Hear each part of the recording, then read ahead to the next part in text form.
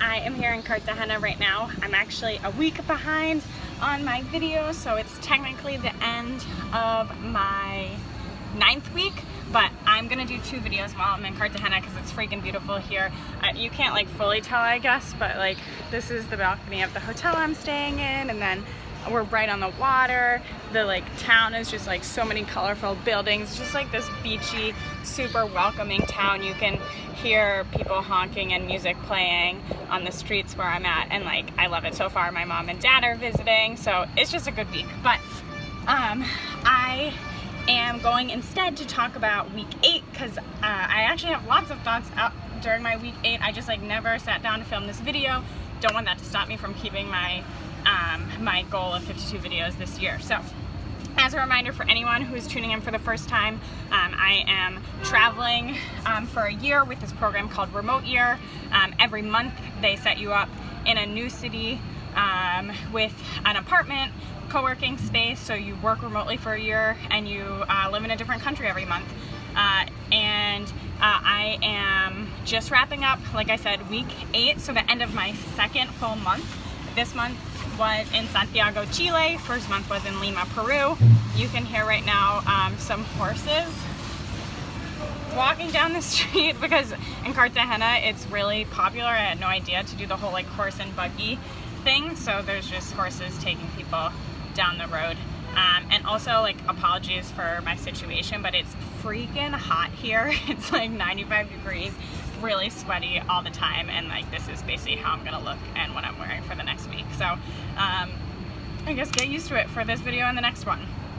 So what I want to talk about this week was in week 8, I actually went back to the US. If you watched my last video, you know that. I spent like 4.5 days in San Francisco, and I'm so happy I did it. Like originally I was wondering if I was going back to the US too soon because, you know, when you think of yourself like going on a year trip abroad, you're like, oh, like I should, you know, get the most of that and never go back to the US and blah, blah, blah. So I was a little nervous if like week 7 was too soon to go back, but I wanted to go back for various reasons. And now I'm so happy I did because it gave me perspective, and like it helped me already see the things that are shifting in my mind, even in just 2 months on Remote Year. So there's like really, I guess, 2 main things that have really stuck out in my mind after the trip back to San Francisco, and they both are related to, I guess, just like how easy I realize life is in the US after living in South America for 2 months. So the first thing is being back in the US, like as soon as I got off the plane, I was still saying like my really bad broken Spanish to people. I like got off the plane and to the flight attendant was like, gracias, and like was saying hola and whatever to people. And so it hit me that like it took me adjusting getting back, but once I was adjusted, hold on, I need to pause this. Okay, sorry about that. I had to pause because the like restaurant next to us started like running some like disposal or something, and I don't do editing on these videos, so I want to spare you a horrible sound in the background as much as I can. So anyway, okay, so what I was saying, the first thing I realized being back in the US just had to do with kind of like language and really just in general how easy it is to live as a native in your own country. So when I started, I said the main summary is how easy my life in the US is. One part of it has nothing to do with the fact that it's like the US specifically, but just where I'm from, and the second half has to do with like the US in general, so, or the US specifically. So yeah, the first half is just realizing how freaking easy it is when you're living in your own native country. So like for the last 2 months, like when you wake up and you're like, oh, I really want to find like like a breakfast, I want to go out for breakfast, or like I ran out of water, I want to go get water, or like I freaking need like soap or detergent, like basic life things. When you're living in a country where it's not your native language, or you don't speak the language, you don't know the cultures, you don't know what's going on, like things like that seem so easy aren't. And so like you're constantly having to think. Everything is harder, and you just like you're expending so much more mental energy. And so like as soon as I landed back in San Francisco, I was like, oh cool, like I know how to tell this woman that like I want the water for my tea hotter, or like if someone brings me the wrong dish at a restaurant, like I actually am capable of telling them in a friendly way that it's the wrong thing and like asking them to do something about it. Whereas like in a different country, honestly, I'm probably just like not gonna even consider doing anything about it, because like the mental energy it would take to like figure it out and do it all is just too much. So like imagine all the people who are living in the US and aren't Native Americans, like not Native Americans, but I think you know what I mean, or living in all the other countries that are their second place to live, third place to live, like not they're not locals, and not only do they have to like figure it out for themselves, but like they're supporting a family, they have kids, like they're trying to have a full-time job, and on top of all of that they have this cognitive load of just trying to freaking like not even knowing like how to order water in a restaurant. So it's definitely made me realize how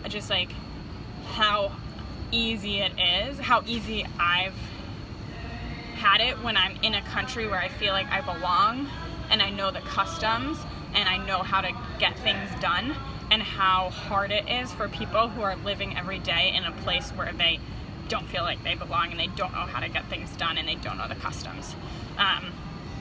And then the second piece of it that it made me realize was also just being appreciative of the United States in general, and I guess specifically like the big cities in the US that I've been living in, like because and the US is definitely not the only place in the world like this, but just like bigger, more progressive cities, like shit is just easy. Like I can get wine delivered to me, food delivered to me, credit cards are accepted everywhere, my like jobs for me, for what I do, there's just so many, like life in the US for me, and just like anyone really, is freaking easy. The things that stress us out and the things that seem like someone might not be living well in the US, like it still is living well. And like we're just so freaking lucky. So and when going on remote year, I might have thought that actually coming to this program would make me realize this part of it, like this part doesn't surprise me, and then be like kind of ashamed kind of to be from the US, because it's like, oh, things are so easy, like I don't want to go back there, we're so spoiled, we're so privileged.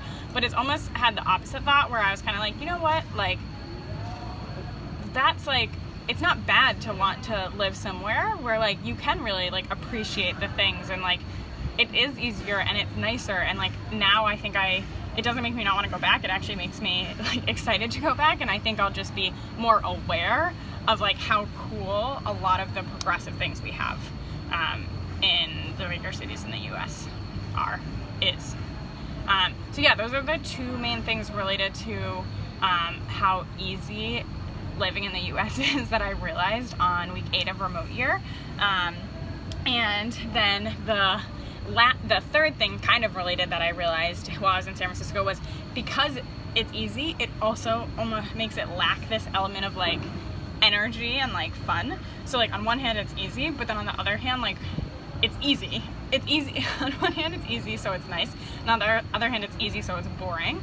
Where I was kind of like, okay, well I know how to do everything, so like where's the flavor, where's the challenge? I like kind of actually missed like walking down the street and being able to understand people, versus like hearing all these different languages that I don't know, or like not knowing where to go get food, and like all of that. So really the moral of my week 8 is I'm actually really happy I went back to the US so early in the trip, because it gave me a moment to reflect on the perspective that I've already built in 8 weeks, and it also gave me the drive to make the most out of the next 10 months, because I think just like where my guess is at my head at this point is that I will end up back in the US at the end of this trip, but for all the reasons I just listed, like the next 10 months are gonna be just like so, even like more amazing than the first 2, and going back for a little bit and then coming back to South America has just given me that extra fire to like set my goals, keep my like exploring and my inspiration seeking and everything going, and just like get even more perspective and shift my mindset even more in the next 10 months, and like soak in all this energy that I feel from being in places where I don't technically belong. And so that's my week 8 reflections. You'll probably hear from me sooner than normal because I need to post my week 9 reflections to get caught up since I've already moved to my 3rd country, Colombia.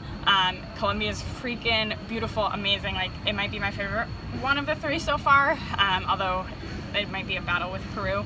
Yeah, so check in a few days and hear my thoughts from week 9, and maybe you'll even get to see a little cameo from Mr. and Mrs. Mom and Dad of Sarah.